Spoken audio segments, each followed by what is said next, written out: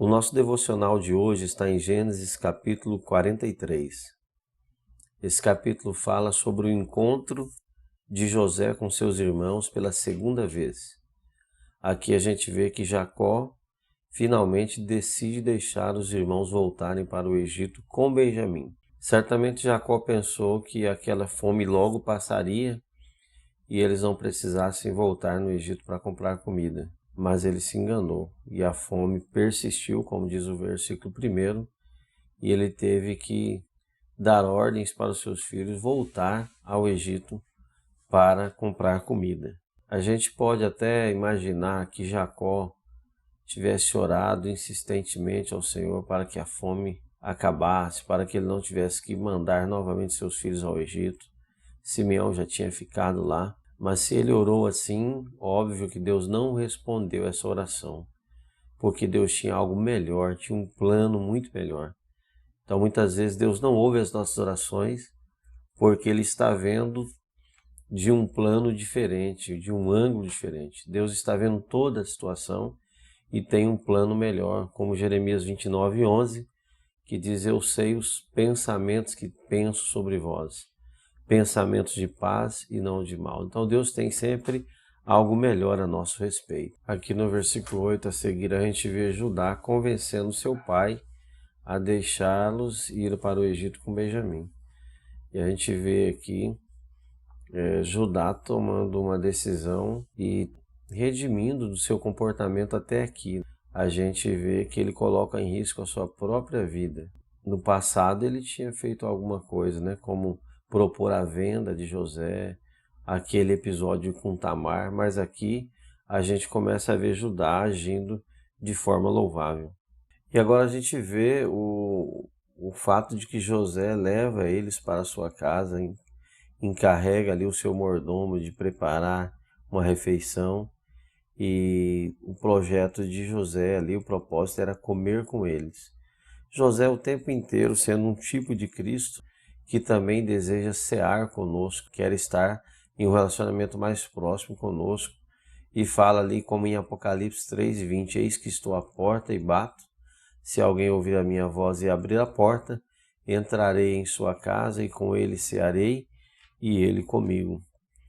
Também o fato de José dar pão para salvar tanto os egípcios como os seus irmãos é um tipo de Cristo que dá pão, o pão da vida, na verdade, para o judeu, para o gentio e para todos aqueles que desejam, que têm fome e que têm sede de justiça. A devolução do dinheiro da bagagem mostra também para nós que a salvação é sem dinheiro e sem preço. Seja o que for que ofereçamos a Cristo, Ele nos devolve. A gente nunca vai conseguir pagar pelas bênçãos. E a gente também jamais vai conseguir impressionar o Senhor. Jamais vamos conseguir impressionar o Senhor, porque Ele tem muito mais para nos dar. Se a gente percebesse que quando aproximamos do Senhor, o que nos espera é o amor, e Ele não pede bálsamo, como aqui Jacó enviou, não pede bálsamo, mel, não pede aromas, né, mirra, mas apenas Ele pede que nós estejamos por inteiro entregue a Ele, que haja sinceridade em nosso coração, que o nosso coração possa ser puro e tranquilo diante do Senhor, que estejamos com o coração em paz, porque um banquete está à nossa espera. Ele quer cear conosco. Há uma mesa preparada para nós. Quando eles conversam com o mordomo e eles explicam a questão do dinheiro, o mordomo diz a eles que o teu Deus, né, o Deus de teu pai, te deu o tesouro nos seus sacos de volta, né? E realmente aqui foi o Senhor Deus que agiu de forma benigna para com eles. Foi realmente por causa da bondade de Deus que eles tiveram o dinheiro de volta. E a gente vê também José cumprindo a promessa aqui, trazendo Simeão para eles no momento ali da mesa. Deus tem muitas surpresas para nós na mesa, quando ceamos com Ele. Às vezes a gente aproxima com receio, com medo, como estavam ali os irmãos de José, mas Deus tem surpresas, Deus tem bênçãos para nós à mesa. a gente vê que ele coloca os irmãos por ordem ali, de idade, é porque o Senhor Deus também conhece a nossa vida e sabe tudo sobre nós. A gente não imagina o tanto que o Senhor Deus conhece da nossa vida, das nossas fraquezas, sabe das nossas limitações, das nossas frustrações, e Ele quer nos ajudar, Ele quer nos abençoar e Ele quer nos perdoar. Muitas vezes Ele está esperando uma confissão sincera, um coração quebrantado e contrito. A Bíblia diz que há um coração quebrantado e contrito, não rejeitarás, ó Deus. Quando a gente observa todo esse desenrolar dos fatos aqui, trazendo para a nossa vida com Cristo, a nossa vida com Deus, a única coisa que nos pode separar do Senhor é o pecado não confessado. Mas se nós abrirmos o nosso coração, Ele está pronto para nos perdoar. Ele está pronto para lançar no mar do esquecimento todas as nossas falhas. E mesmo homens como esses patriarcas que fizeram coisas das quais eles se envergonhariam depois, mas o Senhor mudou a vida deles e através deles nós também fomos abençoados. Quando José serve Benjamim com uma porção maior do que os seus irmãos, é bem provável que ele estava querendo ver se havia mudança no coração dos seus irmãos.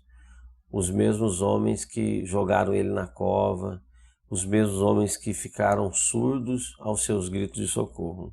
Não ouviram, não deram atenção. Pode ter sido essa motivação, porque eles mesmos se sentiam ressentidos e invejosos quando José era beneficiado por seu pai. E aqui a gente vê José beneficiando Benjamim e reparando a reação de cada um deles. Mas a Bíblia diz que eles se alegraram ali, comeram, beberam e se alegraram à mesa junto com José e também com Benjamim. Dá a entender que aquela porção ali a mais para Benjamim não lhes incomodou. Nós precisamos também ter um sentimento no coração de alegrar com os que se alegram. Se a bênção do próximo é maior do que a nossa, isso não pode ser um motivo de ressentimento na nossa vida. Devemos alegrar com a bênção dele. É bem verdade que é mais fácil chorar com os que choram do que alegrar com os que se alegram.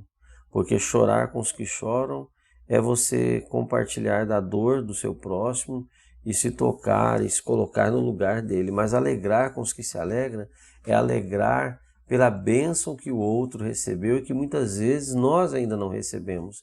Mas alegrar, se a porção do nosso irmão é maior do que a nossa, que isso não venha nos incomodar e que nós possamos nos alegrar e nos confraternizarmos na presença do Senhor e louvarmos a Deus pela bênção na vida do nosso irmão. O que a gente percebe é que os irmãos de José passaram no segundo teste. No primeiro teste com José eles foram reprovados, mas no segundo teste aqui eles passaram, eles arrependeram. Nós vemos aí Judá se prontificando, colocando em situação difícil para cumprir uma promessa com seu pai, para trazer o seu irmão Benjamim. Então a gente precisa entender que se nós falharmos em algum teste na nossa vida, certamente Deus tomará providência para que nós possamos fazer esse teste novamente. Então precisamos esforçar para passar já da primeira vez. Eu vejo aqui Pedro, que tinha negado o Senhor Jesus 3 vezes, o Senhor prepara um momento específico para um concerto e lhe pergunta, lhe indaga sobre o amor 3 vezes também. Ele teve a oportunidade de reparar, de redimir do seu primeiro erro. Todos nós sabemos que o nosso Deus é um Deus de segunda chance, senão nós não estaríamos vivos, nós não estaríamos de pé na presença dele. Então, que o Senhor Deus nos ajude a viver uma vida na sua presença e servi-lo com gratidão e com alegria, e que possamos aproveitar as oportunidades que ele nos dá para redimir dos nossos erros, para corrigir as nossas falhas e para também deixar ele trabalhar no nosso caráter para nos fazer pessoas melhores a cada dia. Se os patriarcas, com todas aquelas ações que eles tiveram, reprováveis, repreensíveis, eles mudaram e no final deram fruto, nós também podemos melhorar na nossa vida e produzir frutos para a glória de Deus. Que Deus em Cristo nos abençoe, que Deus abençoe a sua vida, que Deus abençoe a sua família. Tenha uma boa leitura e uma boa meditação na palavra de Deus.